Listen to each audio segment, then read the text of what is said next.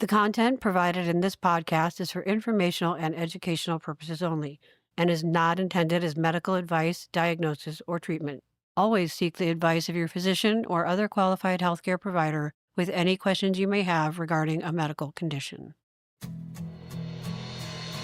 Is it my story, your story, his story, her story, Jane's story, Joe's story? Is it just an allegory? Show's about to start and we still don't have a name for it. Pop, pop, pop, pop, pop, pop, pop. It's a long story.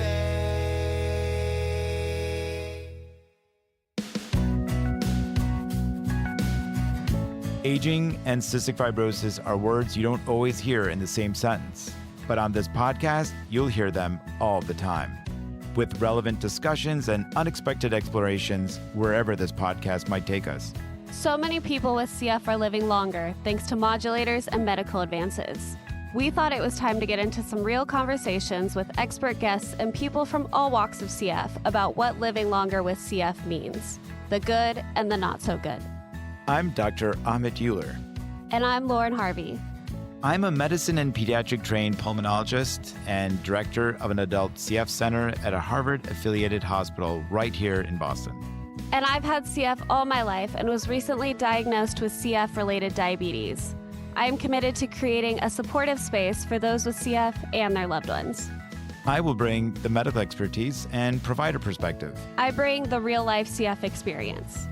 And together we bring you It's a Lung Story, a monthly podcast about aging with cystic fibrosis, where we take a little time to tell a lung story. It's a long story. Welcome back to Salty and Sexy, part 2 of our podcast about reproductive and sexual health.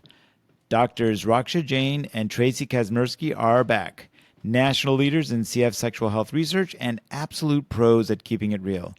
It promises to be open, honest, and perhaps a little sweaty, you'll see, discussion full of the kind of conversation we feel that's been missing or not regularly discussed. We know you're on the edge of your lungs, sorry for the lung pun, and can't wait to find out what we have in store for you next. Let's dive back in.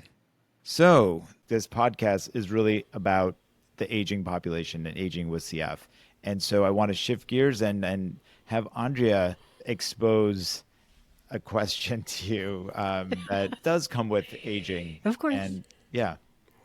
Well, I'm in my 50s. I know I don't look it, but if you've been listening to this podcast, all 3 episodes, you'll know that. And I also, just for context, I'm 26 years post-transplant. So when I started perimenopause, there was no CF specific information about it.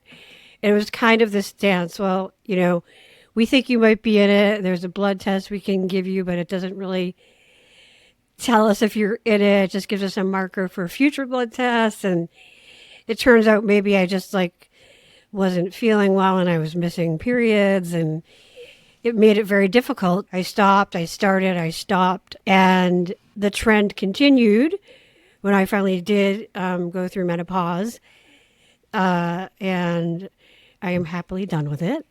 So I went into menopause thinking I was going to have the same experience that all my friends and colleagues were having around the same age, but it wasn't.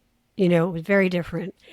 And I would say now hormone replacement therapy is something that is also, or at least wasn't when I was a candidate, frequently discussed.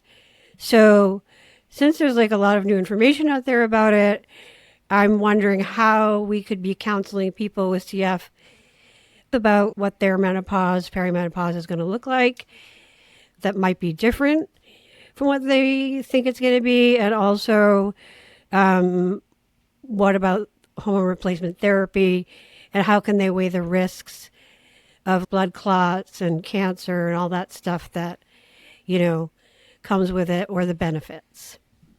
Yeah, that's great. Traci, I can start with this one and feel free to chime in, which is, unfortunately, I think the story that you're sharing is becoming more common, and there's a good and a bad to that. I mean, I think the good is that women with CF are living through menopause, which is wonderful. I think the bad is we haven't done a great job studying this yet. Now, the good news is there's a lot of information that is slowly going to be coming, and researchers are very aware of the challenges surrounding menopause and CF. And I would say the first of those challenges is breaking down what of these symptoms is CF and what of these symptoms is menopause.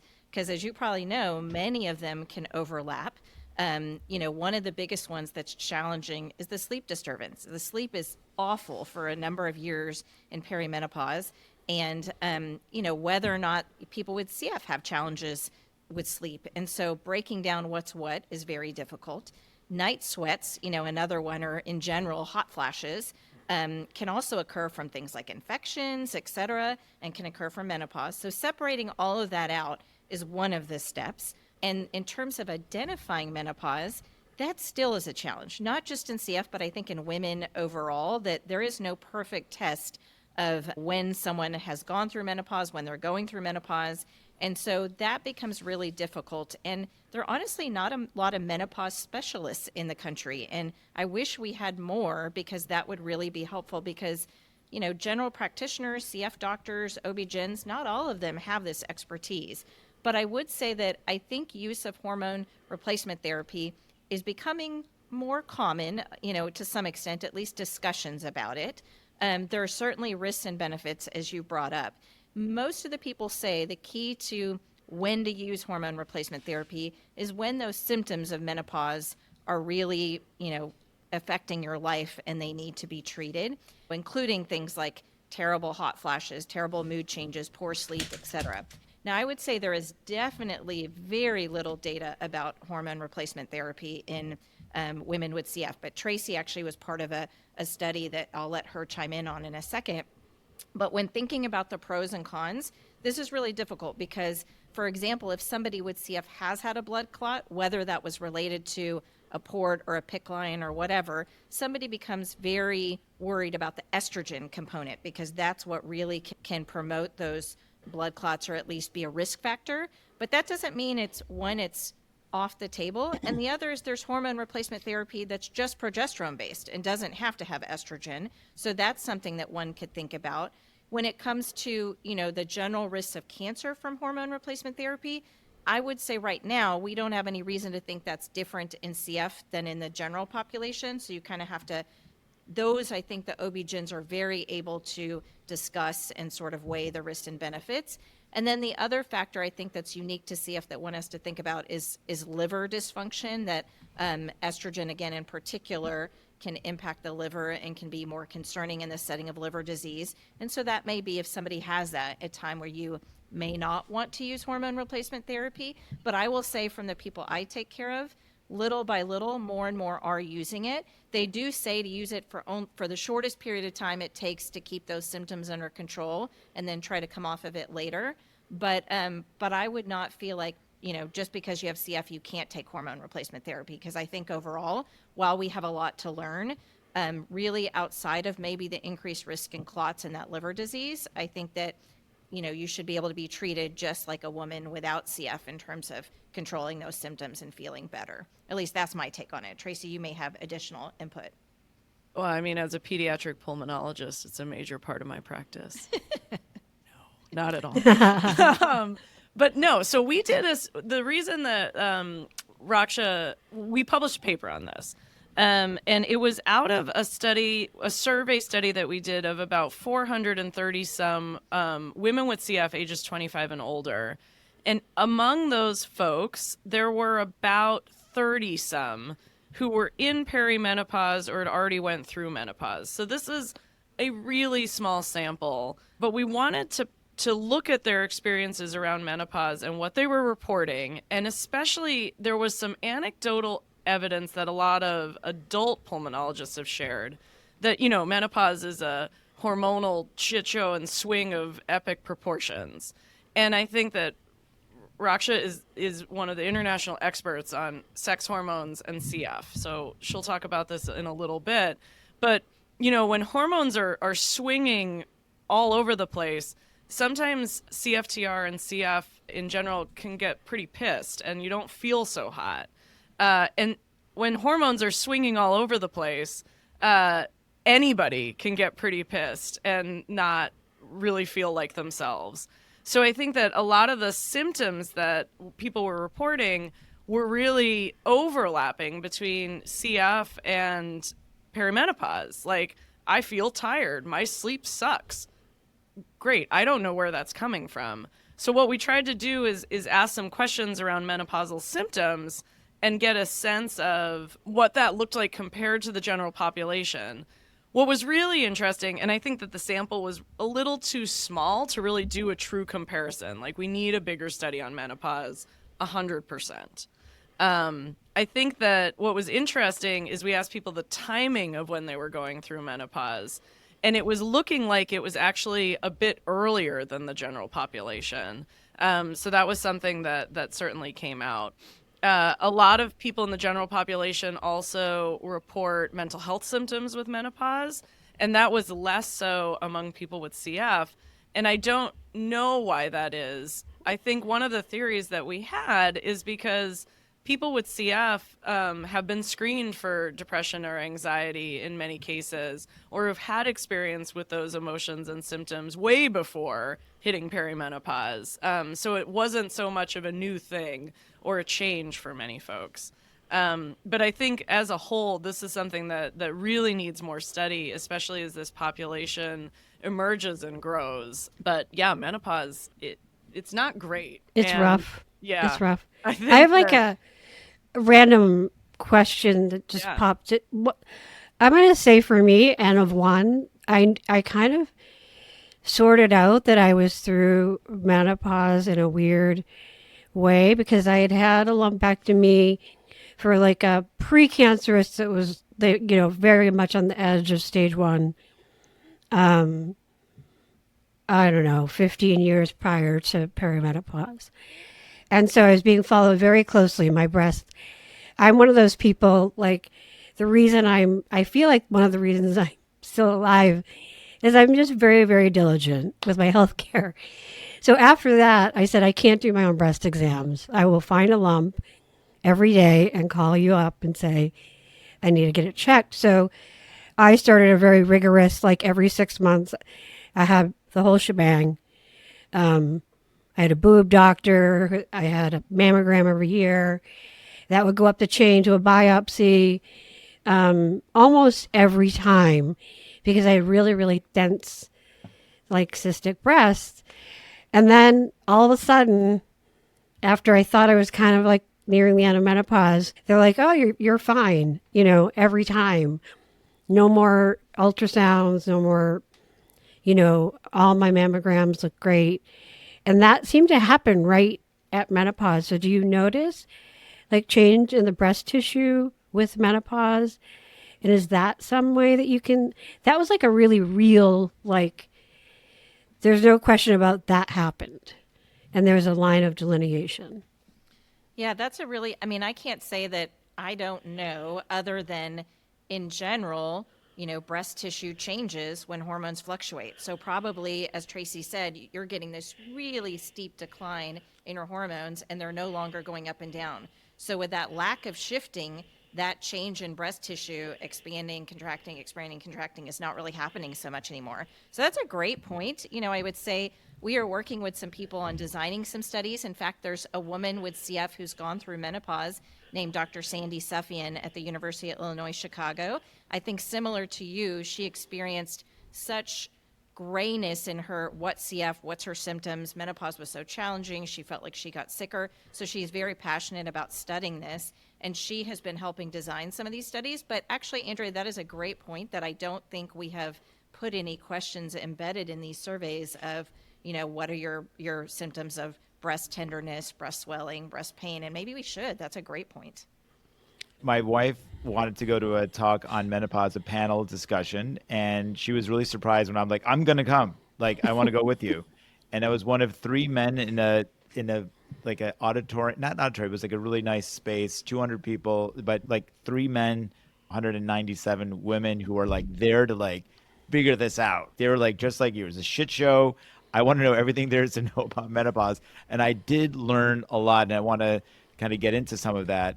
And I definitely like, I love Sandy's work, and now I'm like, I want to get into some menopause research, and I'm guessing like there's not many men who feel this way. Yes, But you're one of the recruited, Amit. We'd love to There have should you. be more men on well, it. one of the things, well, I did learn, and just I digress for a minute. I learned, and I brought this up in clinic like every day since, and it was that putting IUDs in and out, and taking them out is painful, and that nobody freaking talks to women about this when they're gonna have this done. So I'm like, you had your IUD placed, was it painful? And because like every woman like looked at each other and they're like, yeah, but no one talks about that. Yep. Do you have anything to say Yeah. about IUD placement? There are Yeah. so many things we don't talk about, but you're right. I Yeah. mean, and I've had women who they have pain for multiple weeks afterwards, and they Yeah. don't know why, they don't know what's going on. I mean, there's all sorts of, I mean, yes, it is challenging to be a woman for sure. Yeah, and my wife looked at me. She's like, "Yeah, you didn't know that?" I'm like, "Yeah, but I like tell people all the time they should get an IUD." So I'm like definitely couching that discussion. But one thing that I would just want to bring up, the population in general and CF, is that there is this increased risk of cancer in people with CF. And so that I'm really looking for like how we have that conversation, because everybody is at risk. I usually will take it a notch and just look at really the family history and try to bring that in, especially if there's breast cancer, ovarian cancer. But is that I'm guessing that is part of the research that's going on right now in trying to figure out what that extra risk is, because that's always there, and that that risk of clots is there. So it's really hard to say there's no difference in risk with the general population in CF. No, that's a great point, Amit. I guess when I said that, I'm meaning we do know that in some scenarios, hormone replacement therapy is protective of certain cancers in general, and then, is a risk factor for certain cancers in general. And you're right, as a whole, whether it's the inflammation in CF, et cetera, that puts people at increased risk for cancers in general is true.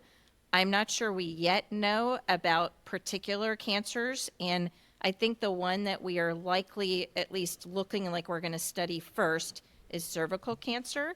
There's a woman named Christina Thornton in Calgary that's very interested in that topic, and particularly HPV, and whether there's a higher prevalence of HPV in CF that might be at more risk for cervical cancer. I don't know that we know about things like uterine cancer, breast cancer, et cetera. That'll really take, I think all of us working together to have a good way of reporting this. But you're right, whether, it may or may not be the same. It's just right now we don't know that particular female-related cancers are at higher prevalence than in the general population. But they may be. I just don't think in the setting of hormone replacement therapy, we know that that puts them in a different bucket than anybody else. But it's good to think about for sure. This is one of those scenarios where like we're in a great place where people with CF are living longer and healthier lives, but things are coming up where more people are going through menopause and we don't know anything about that. More people are experiencing lots of typical aging related conditions like heart disease or cancer. And I think in these scenarios where we don't know what we don't know, it feels bad as a provider to be in that scenario. I'm sure it feels worse as a person with CF to be like, they don't know anything about me. I'm X age, and I'm the first person they're treating who's this old with CF. I think that what we need to remember is a lot of people are relying on us as CF providers to be primary care docs. And part of being a primary care doc is preventative health needs, right? So on my end, vaccinations, including for HPV. It's a cancer vaccine. Like, we should all be getting that. But I think that the on the adult side is really making sure that we're up to date with screenings for colon cancer for sure, mammograms for breast cancer, and then the other cancer that I want to point out in this episode in particular is testicular cancer.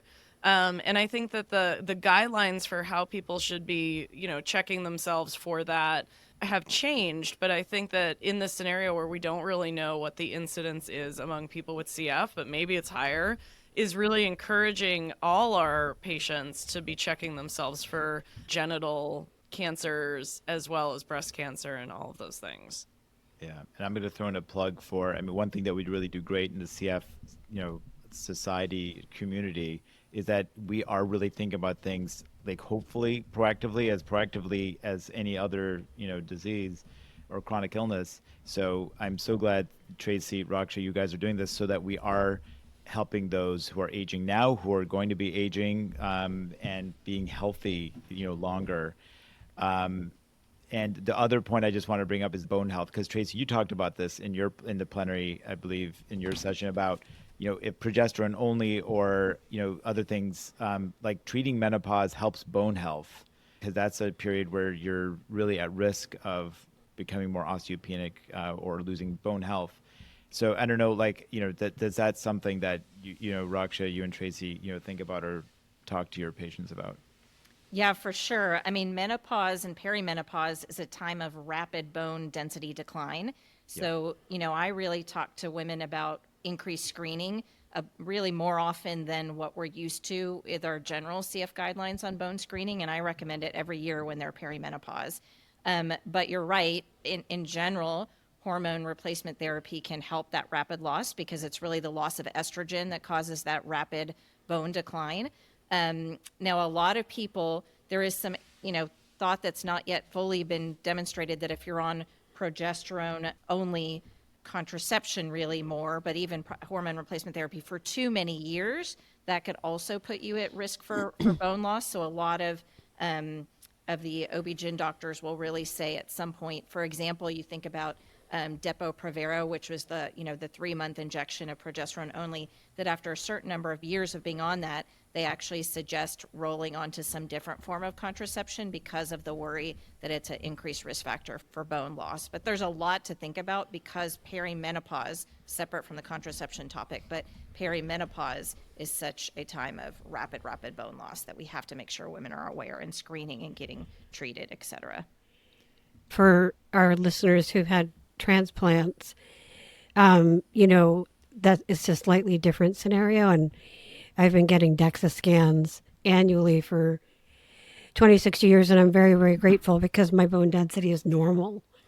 But, there's also people who've been on a lot of prednisone and things like that. So even not related to when you start perimenopause, hopefully people will start thinking about the meds and starting even those DEXA scans maybe earlier. Yeah, that's a really good point, Andrea, because you're right. Steroids are a huge risk factor for bone loss. So the transplant teams have been really good about annual screening.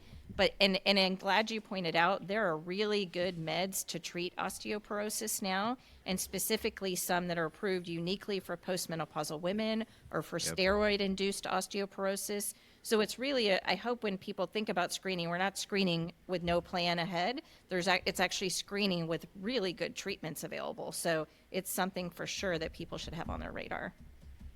So we could talk for hours. I'm so glad we spent more time on menopause because it's such a critical theme of our podcast. Lauren had mentioned that she's going to be listening more than talking in this podcast, but I know she's got a few other things that she wants to inquire about. Yeah, so as I've said before, this all makes me super uncomfortable. I've never really had conversations about it in clinic or, with people. And so, it's not that it's ignored in clinic, but it doesn't seem to be as commonly discussed as other aspects of CF care. So I was just curious, why do you think that is? Do you think it's just a time constraint? Do you think we just don't have a whole lot of information to share? I'd love to hear your opinions on why it's not as frequently talked about. Oh, so many reasons. So, I think I'm going to back this up with data because that's helpful. But I have many opinions on this as well, but I'll go with the data. So I think that there's a lot of reasons why this is not discussed in clinic. And I think the best version that I heard from a person with CF in one of the studies that we did, she said, I don't think they like to think about vaginas. I just think they like to think about lungs. And it was quick and right to the point, and she's totally right. On the flip side, when we've interviewed providers, they said, that's below the diaphragm. I don't ask about those things.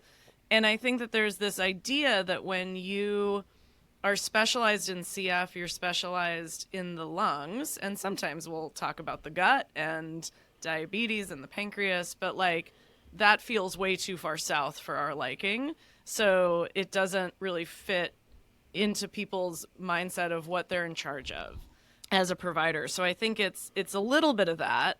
And I think that, Lauren, you're not the only person who's like, this is really uncomfortable. And I will share every time I have a talk with my adolescent patients, I leave the room so sweaty. And so, I just want to make sure that I'm listening to them and it's going well. But it's not the most comfortable conversation to have. And part of it's because you're in those gowns that are basically garbage bags and you're very sweaty baseline. But, it can be really uncomfortable. I think that what we've heard in research, though, is that people with CF have said a couple things. They don't just want educational materials handed to them about this. They want to have tailored discussions to them and what their questions are and what they're thinking with their CF team. And a lot of that is because, we, for many people, are their primary care docs. So, it behooves us to be the ones to bring it up and have those conversations. And I think that they've said that when they are having these conversations, they're so appreciative to have something that's a dialogue back and forth about what's applicable to them, where they're thinking, where they're at. So I think that, yes, it's uncomfortable. Yes, it sometimes takes time. And yes, maybe it isn't the lungs, and some of us are pulmonologists and we really like the lungs. But it doesn't mean that we as providers need to be reproductive health specialists. People ask me all the time, they're like, oh, do you put in IUDs? No, of course not. I don't even prescribe birth control for my patients. But I think that I connect them with people who are specialists in contraception, in reproductive health, that understand CF, so aren't coming to them with no knowledge of what cystic fibrosis is in 2025, and can be our partner to get people the care that they want and that they need. So yeah, there's, like anything, there's lots of barriers to it, but we have to do it and we have to have these conversations because sexual and reproductive health is such a part of just being a human being that it would be so strange if we just ignored that bit. Yeah, I totally agree that one, we're a little uncomfortable with it in general. But I think the other one, I think as an adult provider, the thing I always feel so bad about is we're asking people to go see a liver specialist, to go see a diabetes specialist, to go see a primary care doctor, to go see, a transplant doctor, to go see a cardiologist. There's only so much time in the day. And fortunately, in a good way, especially I think the adults are getting educated. They have families like we've talked about. They have jobs, and to ask them to see this many people is really hard. And that's one of the big reasons that I try to do my best. So I actually do prescribe birth control, but I give it with a caveat of, look, if this one doesn't work out for you, please know that I'm not an expert on all the different varieties, and we should set you up in the meantime with an OB-GYN specialist. And, I do that I order mammograms, but there's 10 choices on the mammograms. And I'm like, if something bad happens, can we please connect with somebody that knows more than me? So I give them the caveat that I'm trying and I want to bring it up, but please know that I do not have the level of expertise that somebody who does this all the time does. And I think that that's sort of better, in my opinion at least, that's better received than just either one, not talking about it, or making them think that I do know everything, which I absolutely don't. We're going to be wrapping things up, but you said a third of men didn't know that they had infertility, not sterility, infertility. I thought that was a huge number, and that I think 76% didn't use condoms and they had multiple partners. So I just want to throw that out there. As we move on, Traci, you can say something really quickly, but I want Andrea to get to her question, which I think is really important. So, but yeah, tell me that. I mean, just shocking statistics. Yeah, isn't that terrible? We did a survey of over 500 males with CF who were 15 years and older, and we asked them questions about how they found out about their infertility status, etc. And that was one of the stats that came out. We asked about condom use and STI testing and all of those things, and I think we're still pouring through that data, but a lot of it made me sad.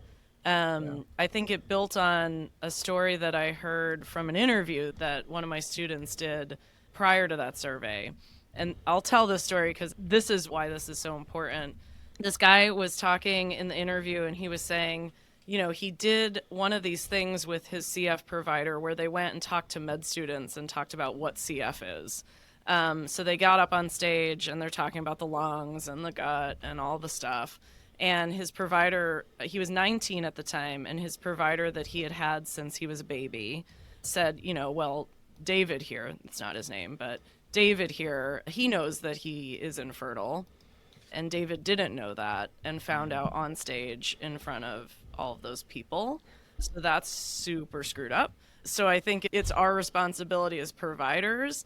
I think if there are parents listening that have young boys with CF, it's our responsibility as providers and parents and caregivers to make sure that people have this information about themselves. One, so they don't find out on stage. That's horrendous. So they can conceptualize what their life's going to be like and what's possible for them and what's not. One of the questions that I ask, I said this was going to be short. It's not. But one of the questions that I ask of all my patients is, do you ever see yourself becoming a parent? And I ask this pretty young, like they can be 9, 10. Sometimes parents are in the room. Sometimes if they're older, their parents are not in the room. But I think it's, I have a 9 and a 6-year-old boy, and I ask them this question too.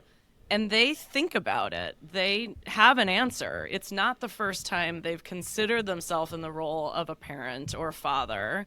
And I think that I really want to make sure that somebody that I ask that to at 19 doesn't say, I'd love to be a parent, but I can't because I have CF.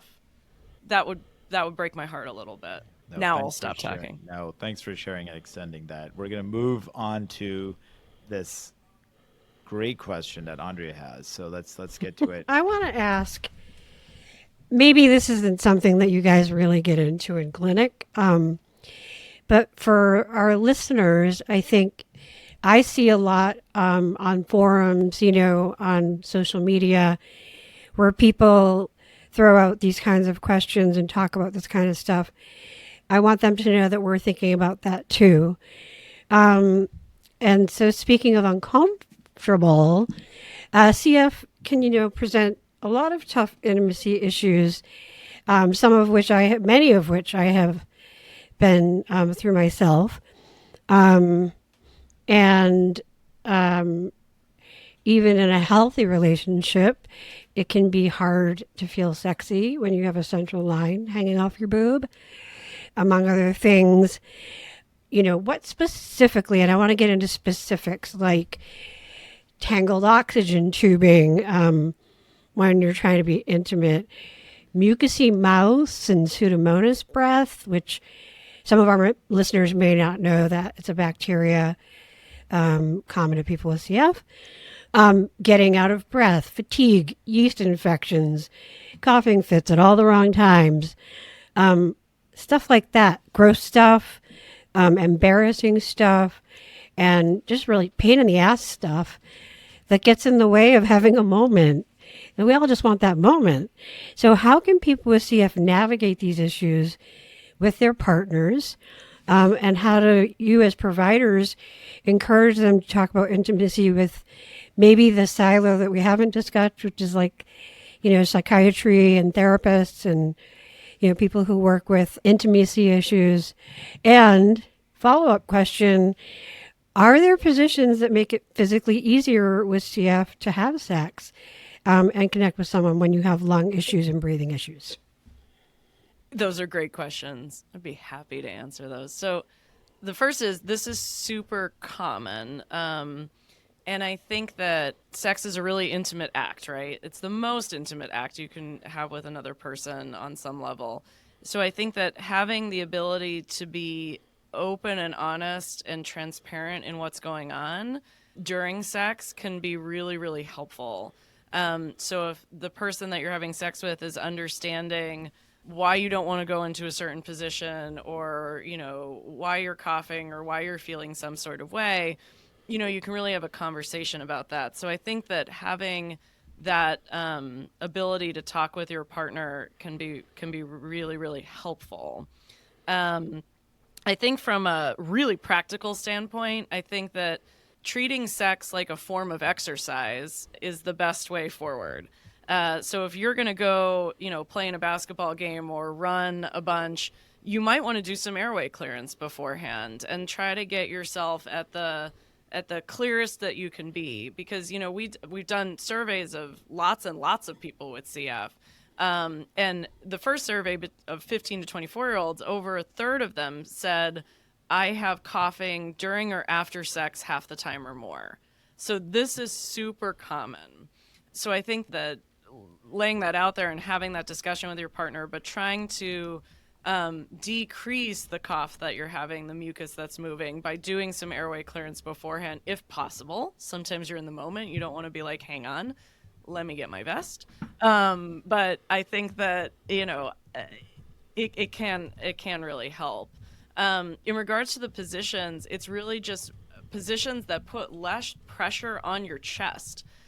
So if you're trying to breathe and take that nice deep breath, and you're in a position where that isn't feeling awesome, change position. So really having that conversation about like, yeah, this isn't working for me, I think can be really, really helpful. Yeah, Raksha, you treat a lot more adults than I do. So. No, I totally agree. I mean, that's great feedback for people. And I would also say I have a lot of people that I take care of who, one, they cough more when they lay down, and actually they cough up blood when they lay down too. And I see that less commonly now with those who are on Trikafta, but it's still there.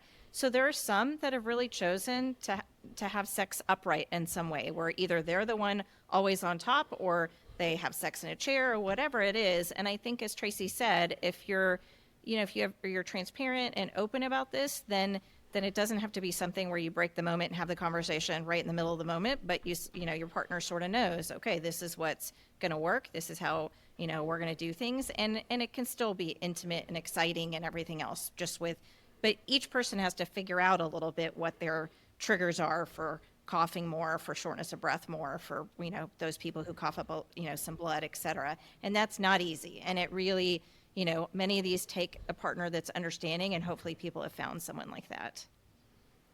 First of all, thank you, Andrea, for asking that question. And thank you, Traci and Raksha, for really giving, I think, really honest, great feedback because I think it's so important to have this open dialogue here and in our clinics and between partners. I mean, how that is, this just points out just how important that is. And I'll just throw in that I do a lecture at the medical school with someone who has CF, and she's in the book Salty Girls, Ian Pettigrew's book on empowering women who have scars and the all the wear and tear of CF, and the medical students that we are on that topic for 50% of the discussion. It's just about dating and sexual and reproductive health. That's they love that topic. So I really appreciate this, and I appreciate all the time you've taken.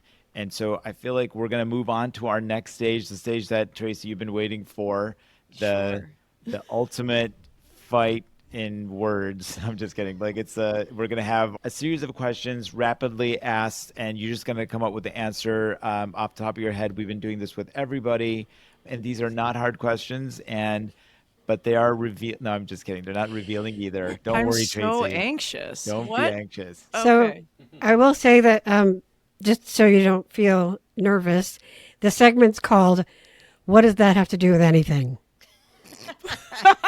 No, that doesn't help. Because it Hey, really there's doesn't have to no do with wrong anything. answers except for a few. Now, Andrea's going to point out the fact that I didn't label that segment because we had talked about maybe unlabeling a different segment. So I did forget that we were going to continue to call it "What Does That Have to Do with Anything?" So I appreciate that. And so You're welcome. with that, what does that have to do with anything? Traci, I'm going to start with you. Okay. Best Okay. way to cut a sandwich: diagonal into triangles or midline to create two rectangles? Diagonal. Raksha? Diagonal. All right. That's what you're doing for your kids, I'm guessing. Yes. All right. Which one tastes better? Diagonal. I think they all taste the same. It's It feels right. like a It's trick. it's a trick question. Because if you switch your answer, then it's like, wait, what? All right, Raksha. Menopause means the end of your sex life. Oh no, thank goodness. Traci? False.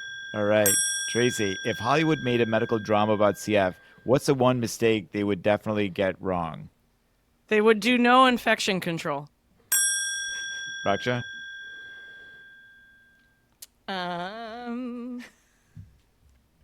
I don't know. I don't know that everyone does surgery. Pat.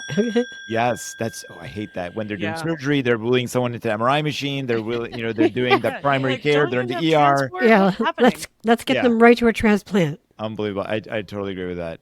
All right, Raksha, true or false? Lauren Harvey is a metalhead. True.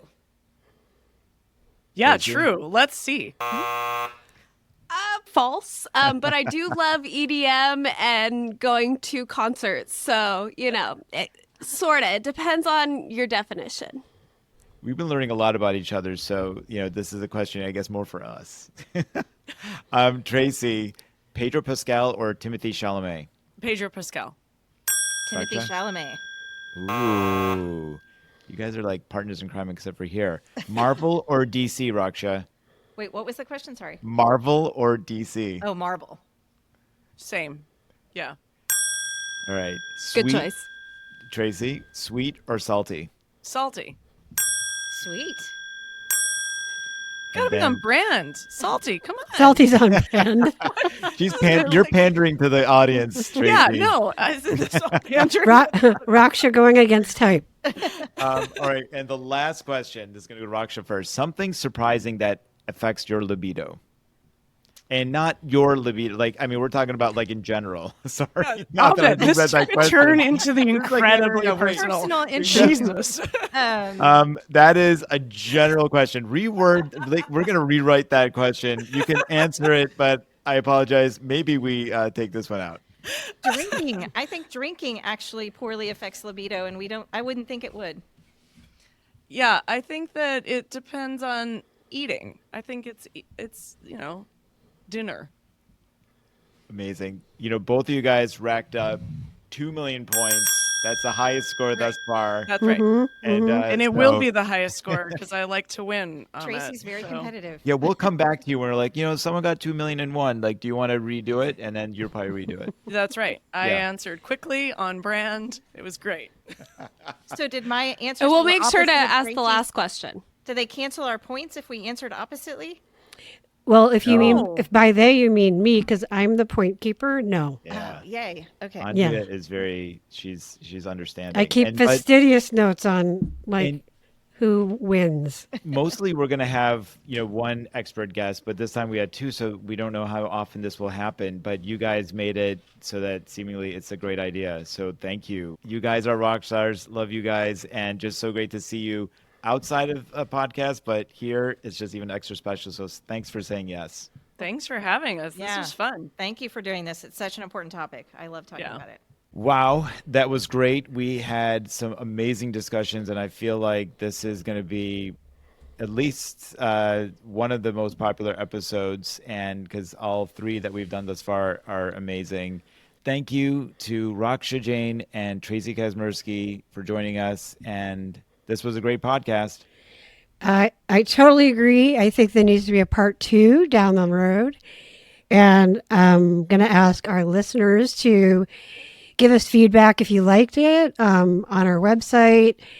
It's alongstorypodcast.com or on our social channels, which are Facebook and Instagram at It's a Long Story. Drop a comment in any post about what you thought of this episode or what you'd like to see in the future.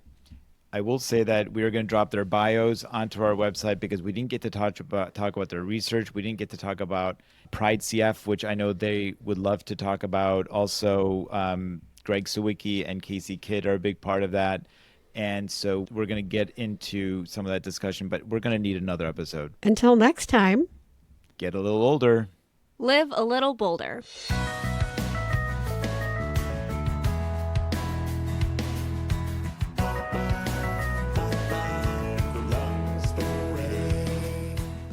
We are working hard to provide meaningful information to a deserving CF community, information you won't find anywhere else. If you'd like to help us grow, we'd greatly appreciate it if you would follow us on Apple Podcasts, Spotify, or wherever you get your podcasts, so you never miss an episode. Want to go all in? Leave us a rating and a review. It helps people find us and makes a big difference. If you found this episode helpful, please share it with a friend, family member, caregiver, or provider who might also want to hear it. This helps you, it helps them, and it helps us spread the word to those who need to hear it most. It's a Long Story is produced by me, Andrea Gavin Becker, and is hosted by Dr. Ahmet Uluer and Lauren Harvey. Additional editing and production support is provided by the team at Resonate Recordings. Until next time, Get a little older. Live a little bolder.